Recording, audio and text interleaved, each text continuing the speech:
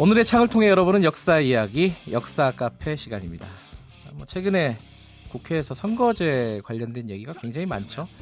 정당 간에 지금 논쟁도 치열하고요. 조금 전에 심상정 정개특위위원장과도 인터뷰를 했었습니다. 이 선거, 국회에서만 중요한 게 아니겠죠. 국민들한테도 굉장히 중요한 제도인데 이 선거제도가 사실은 해방 이후에 우여곡절이 굉장히 많았다고 합니다. 지금의 선거제도가 확립된 지는 그렇게 얼마 되지도 않았고요. 관련 얘기를 박태균 서울대 국제대학원 교수님과 나눠보도록 하겠습니다. 안녕하세요. 네, 안녕하세요. 선거제도 얘기하려면 이거 뭐 논문 몇 권이겠죠? 그렇죠. 그래도 뭐 개략적으로 한번 쭉 훑어보고 네. 지금의 어떤 논쟁의 의미가 뭔지 이렇게 네. 좀 짚어보도록 하겠습니다. 일단은 뭐 당연히 해방 이후에 정부 수립이 되고 그때 첫 네. 선거가 있었겠죠? 지금 그렇죠. 선거랑은 많이 달랐겠어요, 당연히. 뭐 어쨌든 그래도 지역구를 중심으로 해서 뽑았다는 점에서는 직접 큰 골격은 뭐 직접 선거하고 예. 뭐 굉장히 큰 의미가 있죠. 우리가 사실 선거라는 게 없었는데 네. 처음으로 이제 국민들이 직접 투표를 하는 선거가 있었고 예. 일제강점기부터 선거가 있긴 했어요. 일본이 이제 식민지화를 하면서도 선거를 했는데 그때 간접 선거입니다. 아, 그래요? 예, 그러니까 직접 선거가 아니고. 대의원들을 뽑았군요. 예. 그렇죠. 그러니까 일정한 정도의 세금을 낸 사람들. 아, 그래요? 그렇죠. 그리고 또 이제 일정한 지위에 있는 사람들만 선거를 하도록. 보통 선거가 아니었군요. 네, 그런 선거가 아니었습니다. 네. 예. 근데 이제 48년에 처음으로 이제 보통 선거가 됐고 네. 또 그때는 흥미로운 게 국회의원 수가 300석이었어요. 그때도요? 예. 300석인데 예. 200명만 뽑았습니다. 재원의회 말씀하시는 그렇죠, 거죠? 그렇죠. 예. 그 의미가 이제 뭐였죠? 100석을 북한 쪽에서 나중에 통일되면 뽑겠다. 해가지고 100석을 그냥 놔두고 200석만 뽑았죠. 예. 그리고 이제 이 재원의회 선거부터 해가지고 54년 선거까지는 네. 무소속이 많이 당선이 됐어요. 그래요? 그것도 예. 특이한 거네요. 네네. 그러니까 정당 소속보다는 무소속이 더 많이 당선이 되는. 그러니까 기본적으로 그 당시에 이제 정당이라는 제도 자체가 제대로 정착을 못했었기 때문에 네. 무소속이 많이 당선되는 그런 현상이 있었죠. 그렇군요. 그러니까 54년까지는 그렇게 그런 네, 어떤 네. 현상들이 벌어졌었다. 네네. 근데 이게 사실 우리가 사실 저도 이제 당연히 이제 나이가 그 정도는 안 돼가지고 기억을 못 하는데 네. 양원제 있을 때가 있었다면서요? 예, 그러니까 처음에 52년에 이제 개헌을 하면서 네. 그때 참의원이라는 그 제도가 도입이 됩니다. 그래서 참의원, 민의원 예. 해가지고 이제 상하 양원 이런 예. 식으로 해가지고 헌법에는 들어가는데 네. 참의원 제도가 60년까지는 도입이 안 돼요.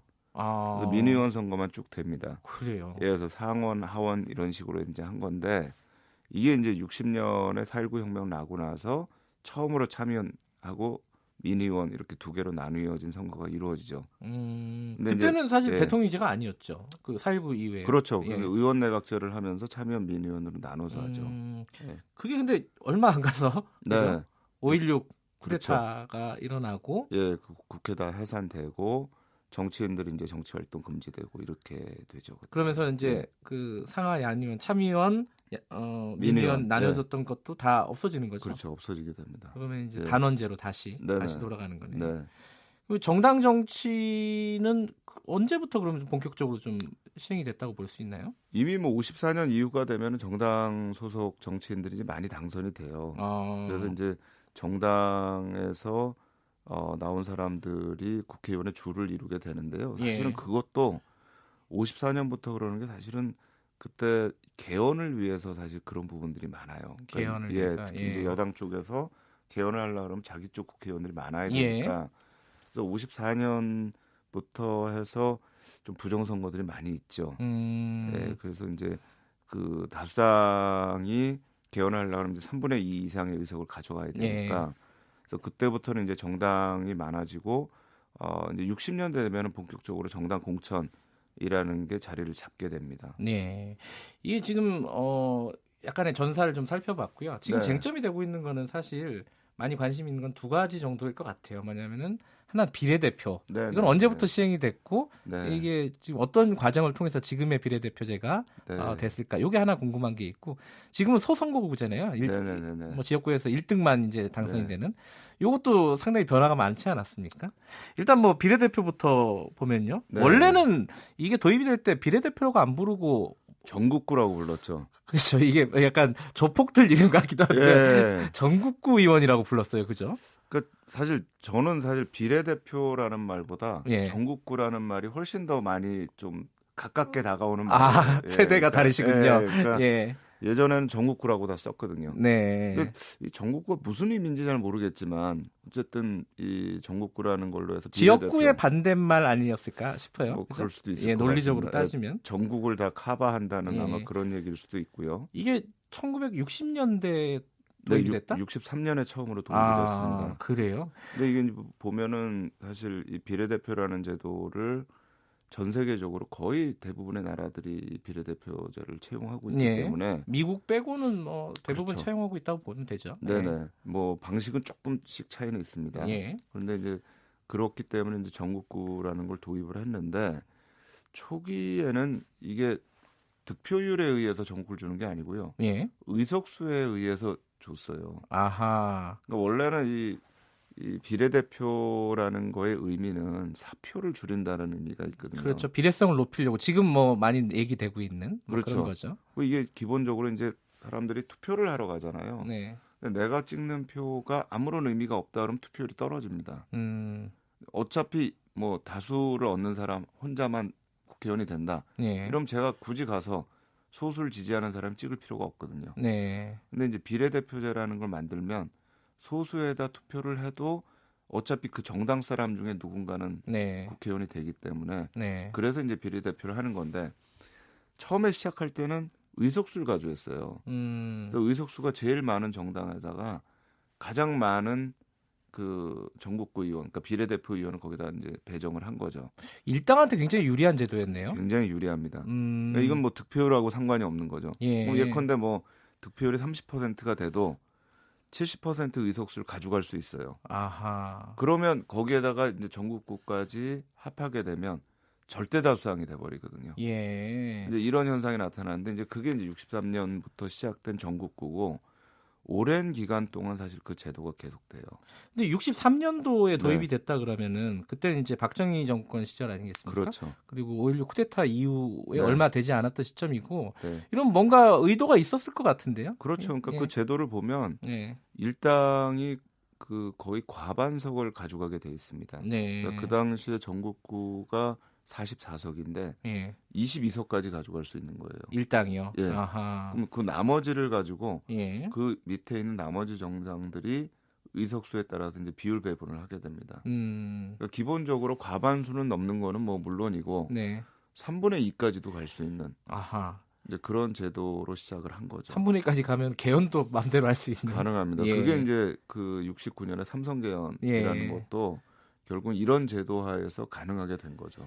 전국구 의원도 사실 원래 취지는 뭐 이렇게 소수자라든가 직능 대표 이런 사람들이었는데 그렇죠. 실제로는 그렇게 운영이 안 됐었던 전혀 것 같아요. 네, 전혀 안 됐고요. 예. 그나마도 이제 72년에 유신을 하면서 전국구 제도도 사라지게 되죠. 아, 그랬나요? 근데 그게 이제 71년 선거에서 그 당시 야당이었던 신민당이 약진을 해요. 그러니까 굉장히 의석수가 늘어나면서 네. 전국구에서 공화당하고 신민당 사이에 차이가 별로 나질 않습니다. 아. 그러니까 70년에 유신을 하면서 국회를 해산해 버리죠. 야. 그리고 이제 전국구를 없애고 그리고 도입을 한 게 유정회입니다. 예. 유신정회라는 건데 국회의원의 3분의 1을 대통령이 지명을 하는 거예요. 그럼 이제 지역구에서는 네. 어차피 한 반반 나옵니다. 네. 그리고 이제 3분의 1을 대통령이 지명하면 자동적으로 전체 3분의 2가 대통령을 지지하는 사람이 되는 거죠. 예. 그 제도가 이제 79년 11.6 사건까지 계속됩니다. 이게 호랑이 담배 피던 시절 같지만은 사실 따지고 보면 한 40몇 년 전이에요. 그죠? 얼마 안 된 일입니다. 예. 예. 비례대표라는 어떤 말이 제대로 쓰이게 된 거는 언제부터죠? 2000년대입니다. 얼마 안 됐군요. 네, 얼마 안 됐습니다. 20년도 안 됐군요. 네네. 예. 근데 처음에는 어떤 방식으로 좀 선출이 됐습니까? 이제 득표율을 가지고 하는 거니까요. 그 2004년 정도부터 아마 시작이 됐던 것 같아요. 예. 그래서 득표에 따라서 의석수를 배분하는 이런 방식으로 이제 제 기억엔 2001년도인가에 네. 그 1인 1표제가 위헌이다. 네네네. 뭐 그런 어떤 헌법재판소 판결이 있지 않았습니까? 네네네네. 그 이후에 바뀐 거고. 그렇죠. 그 이후에 이제 바뀌면서. 예. 근데 무엇보다도 사실 민주주의에서 중요한 거는 보다 많은 사람들이 참여하게 하는 거거든요. 네. 근데 보다 많은 사람들이 참여하게 하려면 그 사람들 투표소로 가게 하려면 네. 내가 찍는 표가 유의미하다라는 거를 주기 위한 부분들이 있는데 이제 그런 부분에서 비례대표가 굉장히 중요하게 된 거죠. 정치학자들은 그걸 투표의 어떤 효능감이라 그러더라고요. 그렇죠. 그죠? 예. 그게 굉장히 우리나라는 낮은 상태라서 예. 이번에 좀 선거제도를 바꾸자 뭐 이런 취지인 것 같은데. 네. 또 한 가지 좀 궁금한 부분들이 아까 비례대표 말고 소선거구제가 있습니다. 네네네. 원래부터 아까 처음에 말씀하신 거는 해방 이후에는 처음에는 소선거구제였다. 예. 소선거구제를 제가 했었죠. 어렸을 때 중대선거구였던 적이 있었던 것 같아요. 있었습니다. 그게 어떻게 변했죠? 그러니까 계속 소선구로 가다가요. 예. 4.19 혁명 이후에 참의원 선거를 중대선거구로 했습니다. 아, 그랬군요. 예, 그래서 이제 한 선거구에서 6명까지도 뽑을 수 있도록. 아, 그래요? 예, 근데 이제 참의원만 그렇게 했고. 네. 그다음 이제 유신 때 또 한번 중선거구제를 합니다. 네. 근데 이제 중선거구제를 하게 되면 인기가 없는 여당도 국회의원 하나 배출할 수가 있거든요. 아, 그러니까 그 당시에 만약에 야당이 인기가 있어도 네. 2등만 해도 당선이 되니까. 당선이 되는 거죠. 예. 근데 사실은 중선거구제는 또 하나의 사표를 줄이기 위한 부분이기도 해요. 그렇기도 하죠. 예. 왜냐하면 이제 여러 후보가 나왔을 때 최고 득표자 30%를 받은 사람이다. 이 사람만 국회의원이 되거든요. 네. 29% 받은 사람 국회의원이 못 됩니다. 네. 그러면 30%를 받은 사람이 국회의원이 되면 나머지 70%를 찍은 사람들은 그 의견 자체가 완전히 무시가 되는 사표가 거예요. 되는 거죠. 그렇죠. 예. 그래서 이제 중선거구제를 얘기를 하는 분들도 있어요. 네. 근데 사실 중선거구제는 아까 말씀드린 것처럼 양당 정치에서 양당한테 거대 정당 두 군데한테는 굉장히 유리합니다. 네. 거기 기본적으로 되거든요. 그렇죠. 예, 그러니까 그 다수당을 유지하는 데는 유리하고 그래서 이제 주로 의원 내각제를 하는 데에서는 네. 중선거구제를 많이 유지하는 경우들이 있습니다. 그렇군요. 네. 그럼 지금처럼 소선거구제로 바뀐 건 언제였죠? 저는 80년대 와가지고 이제 다시 또 소선구제로 돌아가게 되는 거죠. 아, 80년대요? 네. 그럼 87년 아니요. 그 전에요? 네네네. 신군부가 들어서고 나서 예. 그때부터 다시 소선구제로 오게 되고요. 예. 그때 이제 유신 때 없어졌던 전국구가 또 한번 부활이 됩니다. 예. 이게 여러 가지 지금 말씀하신 걸 보면은 사실 뭐 여러 가지 우여곡절은 있었지만은 네. 대체적인 흐름은 국민의 어떤 표를 네. 버리지 않고 얼만큼 대표할 수 있느냐, 비례성을 어떻게 높이느냐, 그렇죠. 이런 쪽으로 예. 그래도 천천히 조금씩 발전을 해왔다 이렇게 볼 수도 있나요? 어떻습니까? 그렇죠. 저는 뭐 비례대표제가 도입된 거는 굉장히 큰 의미가 있다는 생각이 들어요. 네. 그러니까 기존에 이제 이 선거구에서 소선구를 통해서 이제 지역 대표를 뽑는데 네. 저희가 문제는 지역구라는 게 제대로 작동을 하고 있느냐. 그러니까 저희도 이제 이 정당 연구하시는 교수님들이 있어요. 그렇겠죠. 그러니까 이분들 연구를 보면 다른 나라와 달리 우리는 공천이라는 거를 중앙에서 합니다. 아하. 중앙에서 해가지고 지역에다 이제 꼽는 거죠. 그렇죠. 그럼 이제 지역 주민들의 의견은 어떻게 되는가? 그러니까 예컨대 그 지역구에서 너무나 열심히 했던 사람이 나와도 네. 중앙에서 공천을 받지 못하면 이 사람은 거기에 국회의원 후보로 나올 수가 없는 거예요. 네. 그러니까 지방 가서 활동을 안 하고 국회의원들이 다 중앙에서 활동을 하는 거예요. 그러니까 이 사람들이 정말 그 지역의 대표인가?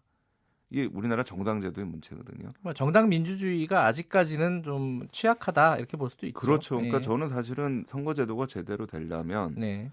저는 비례대표 제도도 굉장히 중요하고요. 예. 다른 한편 정당 개혁이 필요합니다. 그래서 정당에서 진짜 그 지역을 대표할 사람 뽑는 거. 두 번째는 비례대표하면 이렇게 번호로 쭉 나오잖아요. 예. 이 사람들이 정말 그 비례대표를 할 자격이 있는 사람들인지. 네. 그건 뭐 국민들이 검증할 수가 없어요. 그냥 정당이 자기들이 알아서 번호 그냥 부여하는 거거든요. 네. 이런 부분들의 개혁이 같이 좀 이루어져야 되는 게 아닌가 이렇게 생각을 합니다. 정당에서 비례대표 1, 2, 3, 4번 요 중에 네. 돈 많은 사람들이 많이 들어가 있어요. 보통 보면은. 글쎄 뭐 근데 최근에는 그래도 최근에 좀 저는 바뀌었죠. 많이 좋아졌다고 생각을 하는데 그럼에도 불구하고 정말 국민들의 검증을 받은 비례대표고 자기의 직능을 대표하는 사람인가 또는 그 소수자들 여성 또 뭐 장애인 뭐 이런 분들을 정말 대표하는 사람들인가 라는 데에서는 고개를 갸우뚱하게 만들 때가 많이 있어요. 그렇죠. 어쨌든 이 선거제 개편도 중요하고 그거와 발맞춰서 정당 개혁도 그럼요. 같이 가야 한다. 네네. 그런 말씀이시군요. 네네. 사실 그 부분에 대한 논의는 아직까지는 활발하게 진행이 되고 있지는 않는 것 같아요. 그러니까 이렇게 선거법 개편이라든가 뭐 정치적인 상황이 쭉 있어도 국민들이 그거에 대해서 냉소적인 이유가 정당이 정말 존경받을 만한 정당이고 국민들한테 필요한 정당이면 국민들이 냉소적이지 않고 굉장히 적극적으로 나서겠죠. 근데 정당 자체가 문제가 있기 때문에 국민들이 이런 정당들의 정치 활동에 대해서 냉소적인 시선을 보낼 수밖에 없는 겁니다.